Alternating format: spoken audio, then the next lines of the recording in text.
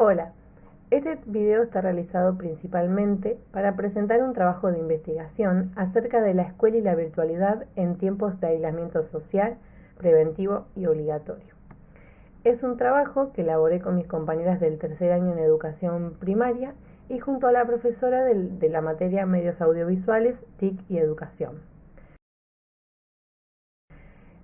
Para hacer tuvimos varios días elaborándolo mediante un documento de Google Drive compartido, ya que no lo podíamos hacer en persona debido a la pandemia que estamos atravesando, en donde todas teníamos la oportunidad de editar ese archivo, aportando la información que considerábamos necesaria para el trabajo de investigación y también pudiendo ver los comentarios que nuestra docente hacía para establecer ciertas correcciones, quitar o agregar información que tal vez era o no necesaria, etc.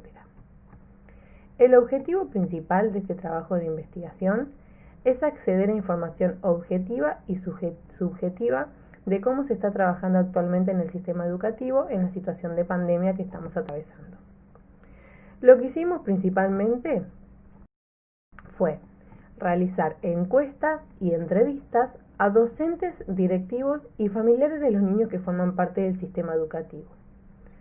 Tuvimos la oportunidad de poder realizarla de manera virtual, enviando las encuestas y las entrevistas mediante diferentes redes sociales y también elaborando gráficos a través de Excel, que son los que les mostraré a continuación. Uno de los ejes centrales de este trabajo de investigación es reflexionar acerca de los desafíos de la continuidad pedagógica en esta situación de pandemia, en esta situación de clases virtuales, y cómo las personas están llevando esta implementación forzosa de clases virtuales en la que estamos inmersos, cómo las personas se están adaptando a ello. Primero, con mis compañeras, optamos por realizar las encuestas a familiares y a docentes, que las realizamos mediante este formulario de Google Drive que pueden ver acá en pantalla. Ahora les voy a enseñar un video de cómo más o menos fue armado este formulario. Como pueden ver, ahí está el título y debajo la introducción, que es ahí donde explicamos el porqué de la encuesta y también señalando que es anónima para que no sientan vergüenza a la hora de responder las preguntas. Más abajo se encuentran todas las preguntas. Son una gran variedad de preguntas, multiple choice, en donde las personas pueden elegir aquella respuesta que consideran necesaria según su experiencia. También tienen la posibilidad de agregar otra información de ser necesario, por ejemplo en el horario de trabajo, si trabajan más de 12 horas, etc. Fueron 52 los familiares que respondieron. Esto lo único que tenían que hacer era ingresar al link y empezar a responder las preguntas multiple choice. Y debajo nos vamos a encontrar con los gráficos, que tienen diferentes formas, que todos señalan los porcentajes de las respuestas dadas, de los datos obtenidos, y nos permite tener una visibilización más ordenada de todos los datos. Las personas tenían la posibilidad de responder y a medida que las personas iban respondiendo, estos datos se iban cargando en el formulario y se iban armando los gráficos. Vamos a ingresar a la encuesta para docentes, que tiene el mismo formato que la encuesta para las familias, las mismas preguntas multiple choice, la posibilidad de agregar preguntas, también respuestas, las que ellos consideraban necesarias. Lo rico de estos formularios es que además, una vez enviados, la persona solo tiene que ingresar y armarlos, y no necesita, ya con tener el celular disponible lo pueden hacer, pueden responder. Fueron 16 los docentes que contestaron esta encuesta, mayormente, como señala este gráfico de acá abajo, de escuelas privadas, de determinados cursos, se desempeñan en determinados cursos. Podemos destacar que gran parte de ellos poseen computadora, y estos gráficos los vamos a ir reflexionando entre todos a medida que va avanzando el trabajo, a medida que va avanzando esta presentación. Lo bueno también de estos gráficos es que se pueden copiar directamente del formulario y lo podés pegar en el lugar que consideres en donde hagas el trabajo. Por ejemplo, nosotras lo que hacíamos era copiar los gráficos y pegarlos en el trabajo de investigación, en el documento de Google Drive compartido. A continuación, les voy a presentar algunos de estos gráficos que podían ver en el video. Primero vamos a ver las encuestas a las familias.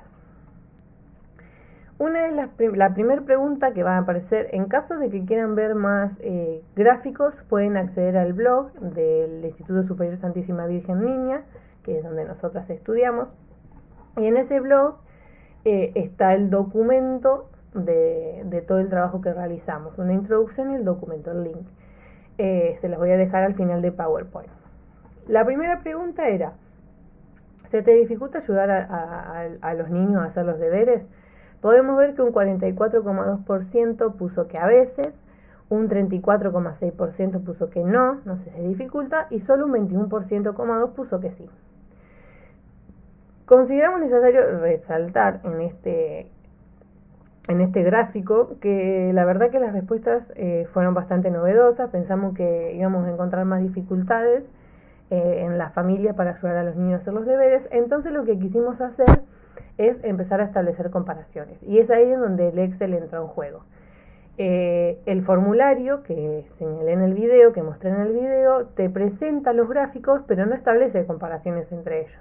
Entonces, para hacerlo tenés que ingresar al Excel y armar los gráficos desde ahí. Primero se nos ocurrió relacionar esta pregunta con escuela privada y escuela pública. O sea, cómo se les dificulta a la familia de los niños que van a escuelas privadas y a escuelas públicas ayudarlos a hacer los deberes. Podemos ver que en la escuela privada el 50% de las familiares que respondieron a esta encuesta sí tienen dificultades para ayudar en las tareas, el 37% a veces, y solo el 13% no tiene dificultades en ayudar a los chicos. En cambio, en la escuela pública los resultados fueron totalmente diferentes.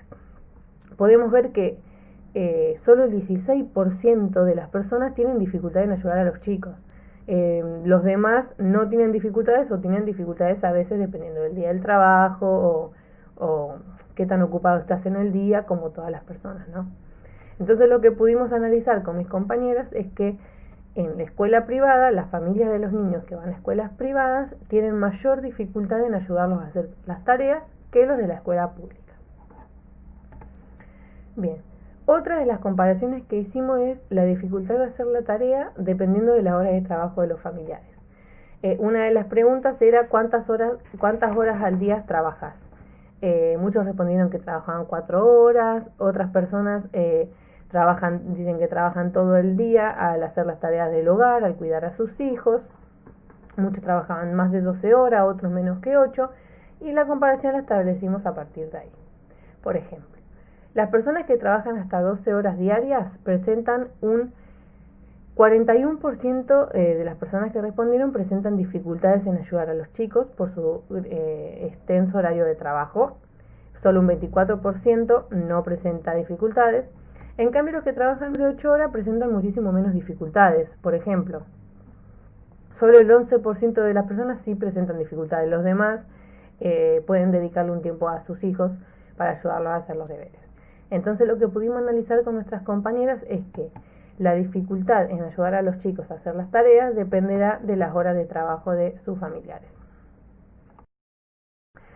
Como futuras docentes somos conscientes de que los chicos tienen todos diferentes realidades.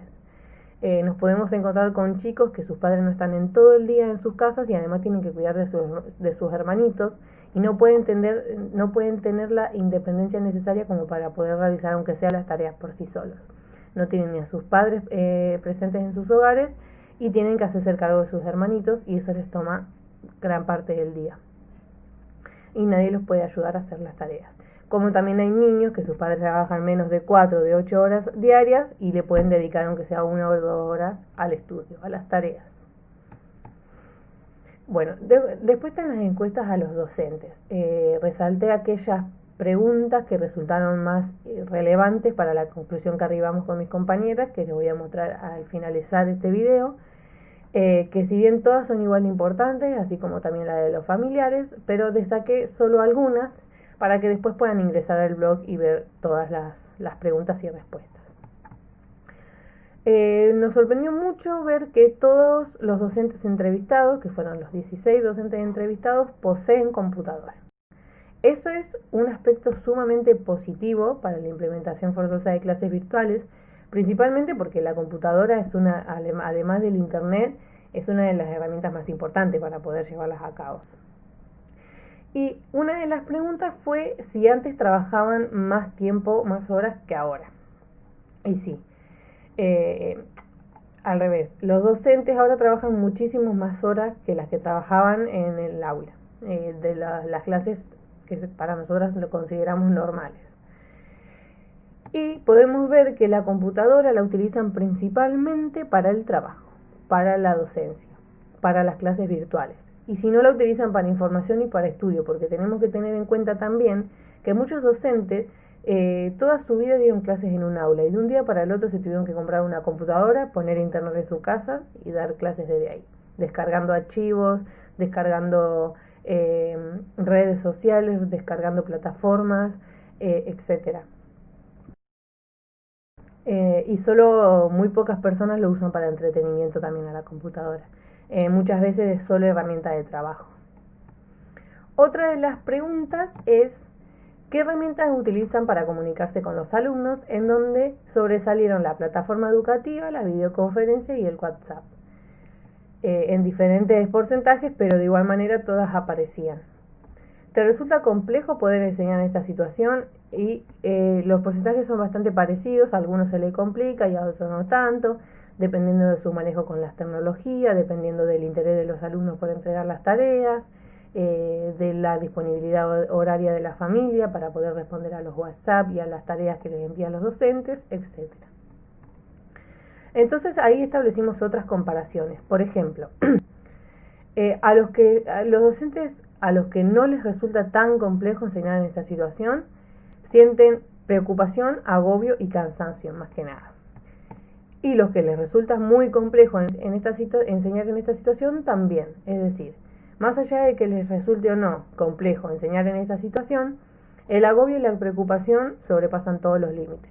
Se encuentran primeras en las acciones que decidieron elegir estos docentes, además del cansancio también en un segundo plano, pero podemos notar que la esperanza sigue intacta. Tenemos a docentes que más allá de estar muy cansados, de estar muy agobiados por no poder manejar determinadas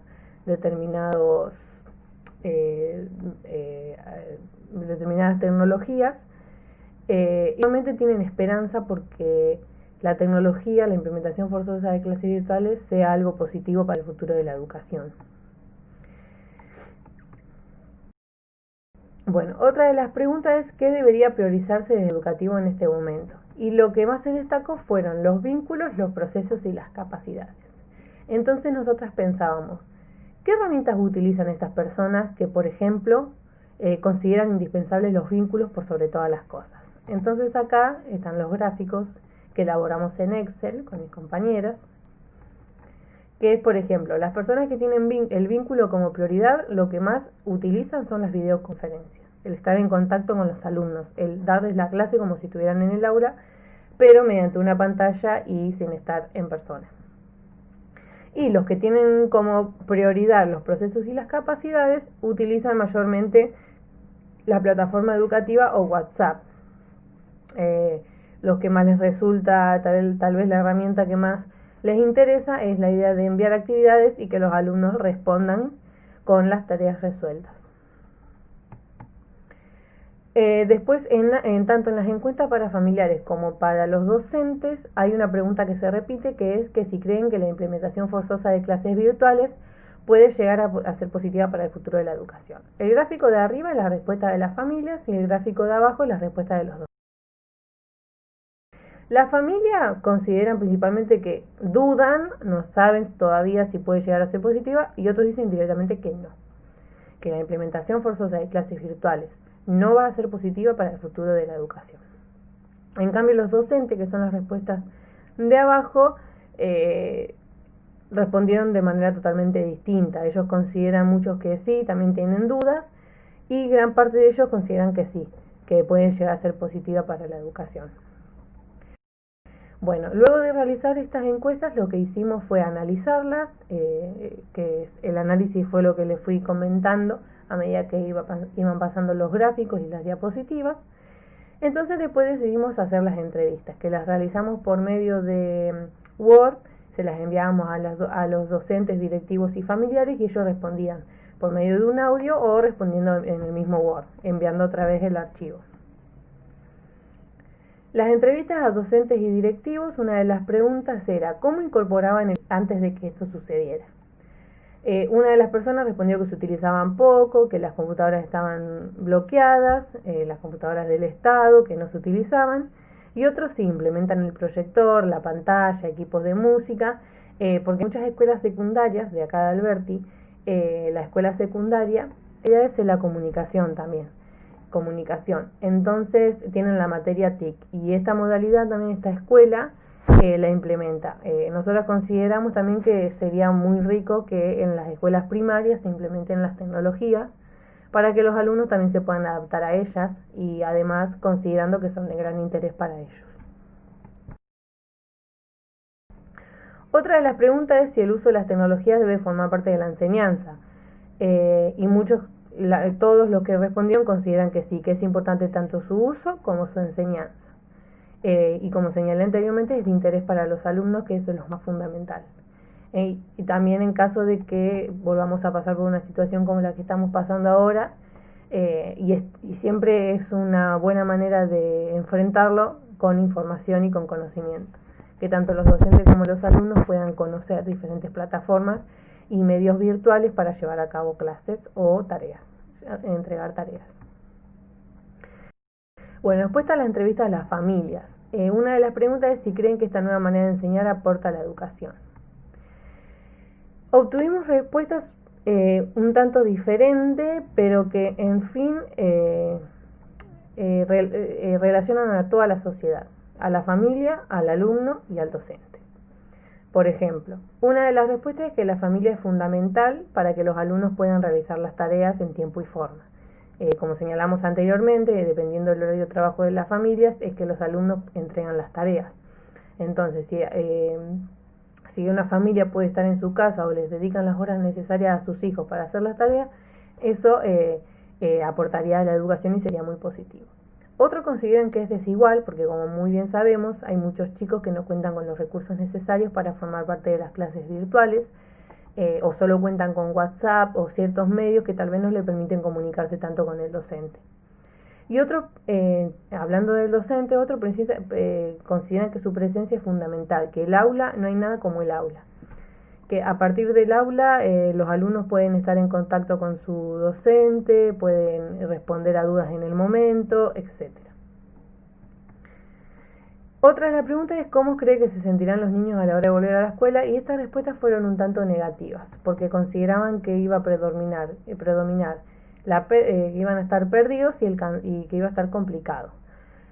Cuando dice complicada, esta respuesta la hizo una madre de una niña de primer grado, teniendo en cuenta que terminó el jardín, fue un mes a la escuela y prácticamente no conoció lo que es una institución educativa primaria, apenas conoció a su docente, y tener que volver ya en segundo grado, teniendo que saber leer, escribir y aunque sea conocer algunos números, se le iba a complicar notablemente, más que nada porque justo es un caso que no están teniendo muchos contactos virtuales, es pura fotocopia y los alumnos ya están perdiendo muchísimo interés en realizar las tareas y en aprender.